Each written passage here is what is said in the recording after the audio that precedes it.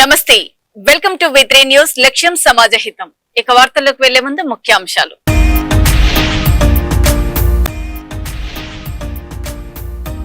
ప్రభుత్వ పాఠశాలల్లో టీచర్ల రీల్స్ రచ్చ. నిజామాబాద్ కిసాన్ నగర్ ఘటనపై విమర్శలు.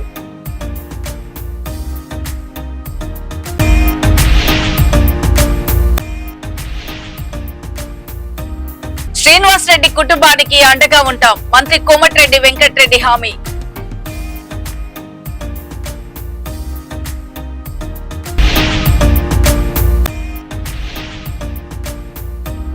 తెలంగాణ రక్షణ సేన కార్యాలయంలో జయశంకర్ కు ఘన నివాళి. పూలమాల వేసి నివాళులర్పించిన కల్వకుంట్ల కవిత.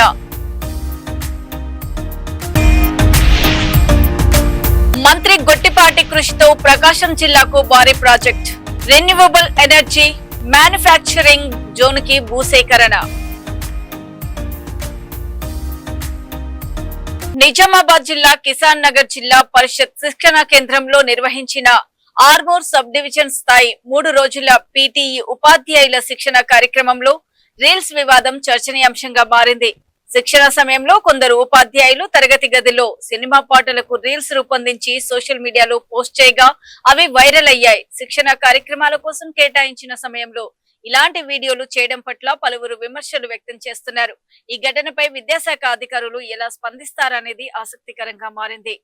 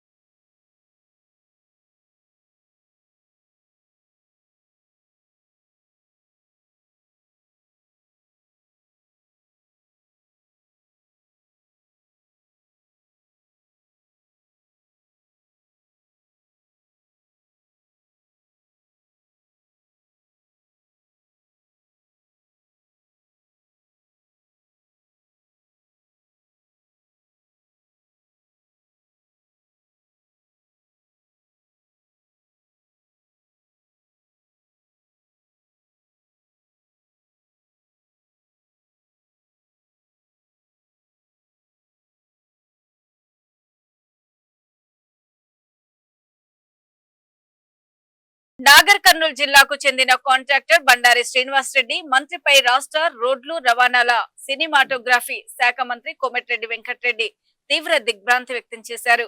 హైదరాబాద్ లోని వనస్థలిపురంలో ఆయన కుటుంబ సభ్యులను పరామర్శించిన మంత్రి ప్రభుత్వం అన్ని విధాలా అండగా ఉంటుందని భరోసా ఇచ్చారు. చిన్న కాంట్రాక్టర్లు ఎవ్వరూ అధైర్యపడొద్దని, పెండింగ్ బిల్లులు, క్రషర్లు, మైనింగ్ సమస్యలను తమ దృష్టికి తీసుకురావాలని సూచించారు. ఈ అంశాన్ని ముఖ్యమంత్రి రేవంత్ రెడ్డి దృష్టికి తీసుకెళ్లడంతో పాటు మైనింగ్ శాఖ మంత్రి వివేక్ వెంకటస్వామితో సమీక్ష నిర్వహించి సమస్యల పరిష్కారానికి చర్యలు తీసుకుంటామని మంత్రి కోమటిరెడ్డి వెంకటరెడ్డి తెలిపారు.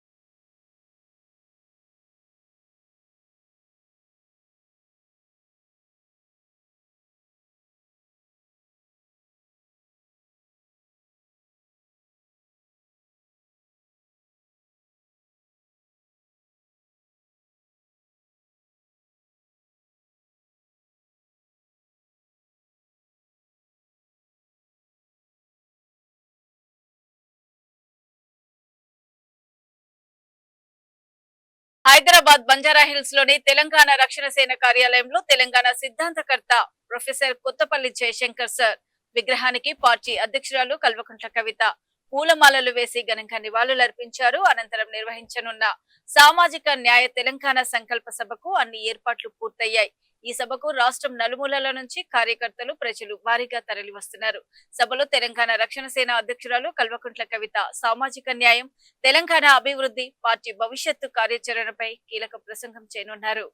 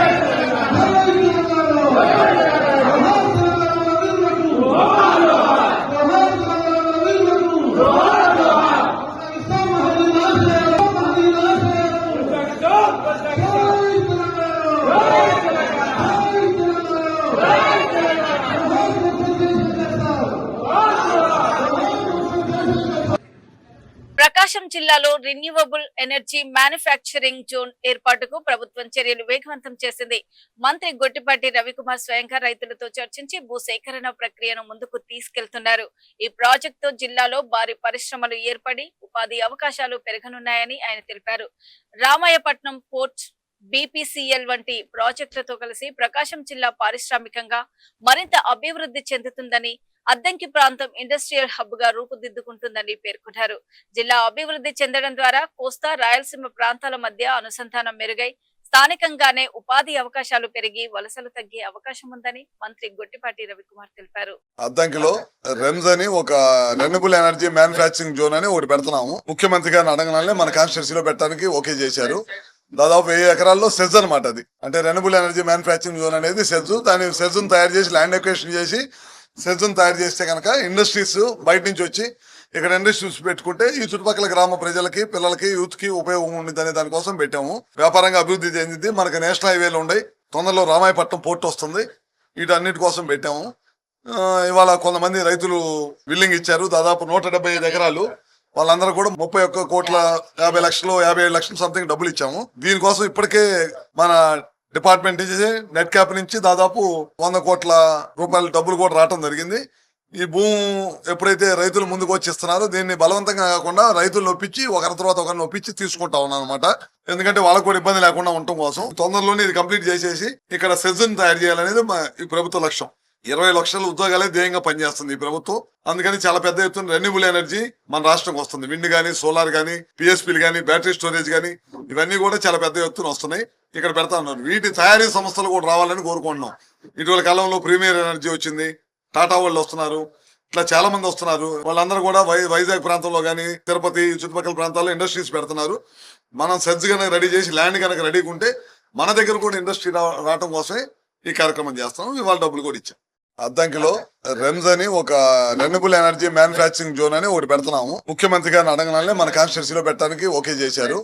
దాదాపు 1000 ఎకరాల్లో సెజ్ అనమాట. అది అంటే రెన్యూబుల్ ఎనర్జీ మ్యానుఫ్యాక్చరింగ్ జోన్ అనేది సెజ్. దాని సెజ్ను తయారు చేసి ల్యాండ్ ఎక్వేషన్ చేసి సెజ్ను తయారు చేస్తే కనుక ఇండస్ట్రీస్ బయట నుంచి వచ్చి ఇక్కడ ఇండస్ట్రీస్ పెట్టుకుంటే ఈ చుట్టుపక్కల గ్రామ ప్రజలకి, పిల్లలకి, యూత్ కి ఉపయోగం ఉంటుంది అనే దానికోసం పెట్టాము. వ్యాపారంగా అభివృద్ధి చెందింది. మనకి నేషనల్ హైవేలు ఉన్నాయి.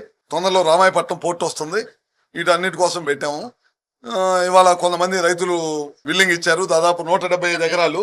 వాళ్ళందరూ కూడా 31,50,50,57 లక్షలు సంథింగ్ డబ్బులు ఇచ్చాము. దీనికోసం ఇప్పటికే మన డిపార్ట్మెంట్ నుంచి నెట్ క్యాప్ నుంచి దాదాపు 100 కోట్ల రూపాయల డబ్బులు కూడా రావడం జరిగింది.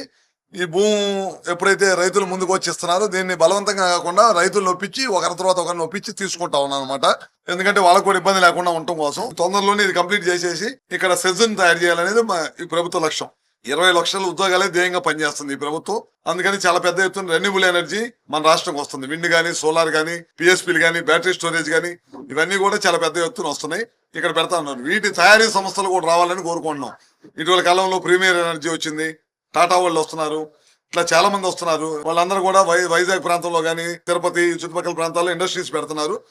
మనం సెజ్ కనుక రెడీ చేసి ల్యాండ్ కనుక రెడీగా ఉంటే మన దగ్గర కూడా ఇండస్ట్రీ రావడం కోసమే ఈ కార్యక్రమం చేస్తాం. ఇవాళ డబ్బులు కూడా ఇచ్చాం. టీడీపీపై వైసీపీ నాయకురాలు వరదు కళ్యాణి తీవ్ర విమర్శలు చేశారు. టీడీపీ అంటే తెలుగు దుశ్శాసనుల పార్టీ అని వ్యాఖ్యానించిన ఆమె రాష్ట్రంలో మహిళలను వేధించడమే కాకుండా విదేశాల్లోని ఎన్ఆర్ఐ మహిళలు కూడా మంత్రులపై ఫిర్యాదులు చేసే పరిస్థితి ఏర్పడిందని ఆరోపించారు.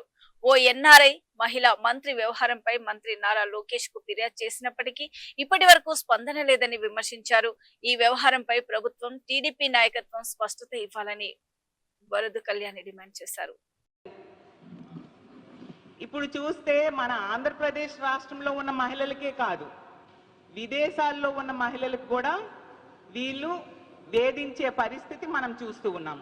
దానికి ముఖ్య కారకులుగా తెలుగుదేశం పార్టీ నాయకులు, తెలుగుదేశం పార్టీ ఎమ్మెల్యేలు, తెలుగుదేశం పార్టీ కార్యకర్తలు, ఇప్పుడు మరీ ఘోరంగా తెలుగుదేశం పార్టీ మంత్రే ఉండడం నిజంగా సిగ్గుచేటు. అంటే వీళ్ళ ఖ్యాతి ఖండాంతరాలు దాటి వెళ్ళింది అనడానికి ఉదాహరణగా నిలిచింది. ఎందుకంటే తెలుగుదేశం పార్టీకి చెందిన ఒక మంత్రి ఒక ఎన్ఆర్ఐ మహిళను వేధించాడు అని చెప్పి ఆ మహిళ సోషల్ మీడియాలో పోస్టులు పెట్టింది. అలాగే మంత్రి గారి లోకేష్ గారికి కూడా చెప్పడం జరిగింది. కానీ ఎటువంటి స్పందన లేదు. ఆ మంత్రి ఒక కంత్రీలా వ్యవహరించారు, ఈమెకి వేధింపులకు గురి చేశారు అనే విషయం ఆవిడ స్పష్టంగా తన సోషల్ మీడియా పోస్టుల ద్వారా చెప్పడం జరిగింది. అసలు ఈ కూటమి పాలనలో చంద్రబాబు నాయుడు గారి మంత్రివర్గం అది ఒక మంత్రివర్గమా లేదా మహిళల్ని వేధించే వర్గమా అర్థం కాని పరిస్థితిలో ఈరోజు ఉంది. తెలుగుదేశం పార్టీ, టీడీపీ అంటే తెలుగుదేశం పార్టీ కాదు, తెలుగు దుశ్శాసనుల పార్టీ అనేది మరొకసారి నిరూపించబడింది. ఎందుకంటే చూసాం మనం, ఒక ఎన్ఆర్ఐ ఆవిడ, ఒక మహిళ, మన తెలుగు మహిళే ఎన్ఆర్ఐ, సోషల్ యాక్టివిస్ట్, ఒక స్వచ్ఛంద సంస్థ ప్యూర్ సర్వీస్ ఆర్గనైజేషన్ కి ఆవిడ ఫౌండర్. డల్లాస్ లో ఉండే ఆవిడ, మన మంత్రులు డల్లాస్ లో నాటా సమావేశాలకు వెళ్ళారంట. ఒక మంత్రి తాలూకా అపాయింట్మెంట్ ఆవిడ అడిగిందంట.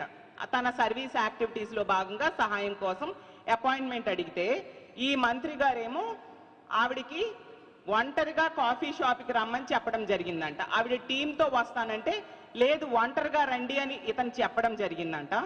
మరీ దారుణంగా ఏంటంటే అతని కాళ్ళు చేతులు ఉన్న ఫోటోలు కూడా తీసి పంపడం జరిగిందంట.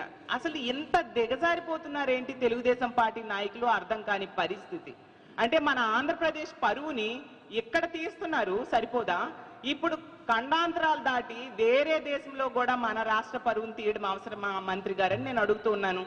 మరి నారా లోకేష్ గారు, ఏపీలో వైసీపీ నిర్వహించిన దీక్ష శిబిరం వద్ద ఉద్రిక్త పరిస్థితులు నెలకొన్నాయి.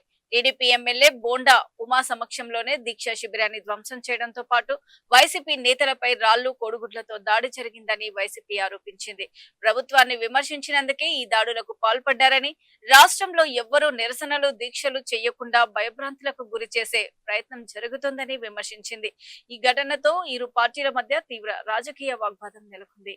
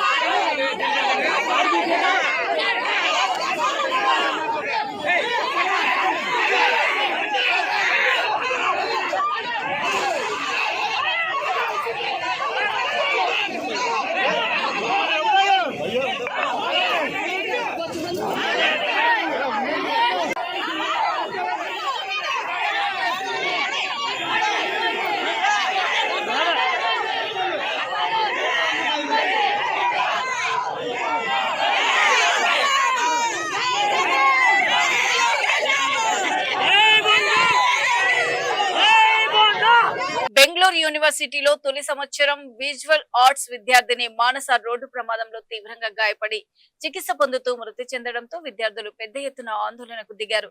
జ్ఞానభారతి క్యాంపస్ లో తరచూ జరుగుతున్న ప్రాణాంతక రోడ్డు ప్రమాదాలను ప్రస్తావిస్తూ ప్రజా రవాణాల రాకపోకలపై శాశ్వత నిషేధం విధించాలని డిమాండ్ చేశారు. క్యాంపస్ లో రోడ్లను దిగ్బంధించి నిరసన వ్యక్తం చేసిన విద్యార్థుల భద్రతకు ప్రాధాన్యమిస్తూ వెంటనే కఠిన చర్యలు చేపట్టాలని యూనివర్సిటీ యాజమాన్యాన్ని కోరారు. వరుస ప్రమాదాల నేపథ్యంలో క్యాంపస్ లో భద్రతా చర్యలను మరింత కట్టుదిట్టం చేయాలని వారు డిమాండ్ చేశారు.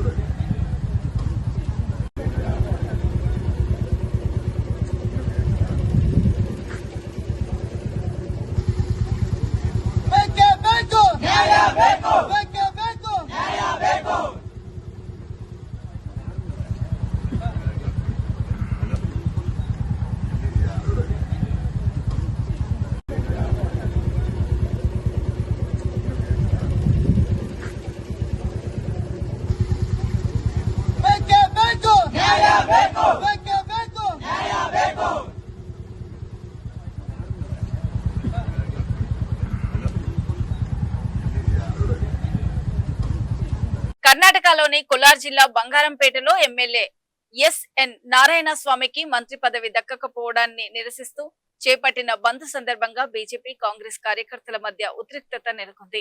కాంగ్రెస్ కార్యకర్తలు బీజేపీ నేత మహేష్ కు చెందిన పెట్రోల్ బంకును మూసివేయడానికి ప్రయత్నించగా దీనిని వ్యతిరేకించిన బీజేపీ నాయకులతో వాగ్వాదం చోటు చేసుకుంది. వెంటనే పోలీసులు జోక్యం చేసుకుని ఇరు వర్గాలను శాంతింపజేసి పరిస్థితిని అదుపులోకి తీసుకుని వచ్చారు.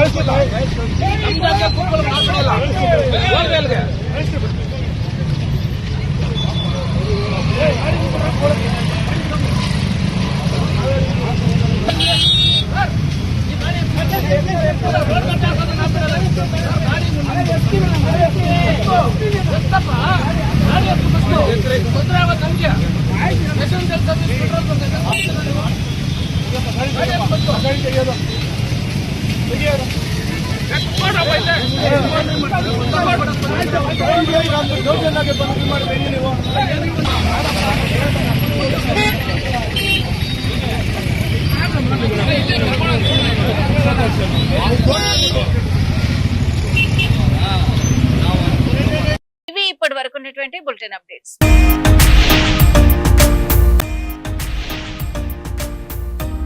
ప్రభుత్వ పాఠశాలల్లో టీచర్ల రీల్స్ రచ్చ. నిజామాబాద్ కిసాన్ నగర్ ఘటనపై విమర్శలు.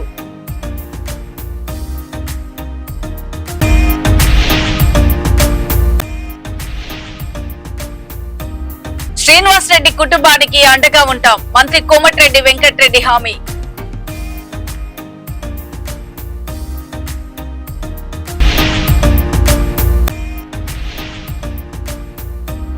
తెలంగాణ రక్షణ సేన కార్యాలయంలో జయశంకర్ కు ఘన నివాళి. పూలమాల వేసి నివాళులర్పించిన కల్వకుంట్ల కవిత.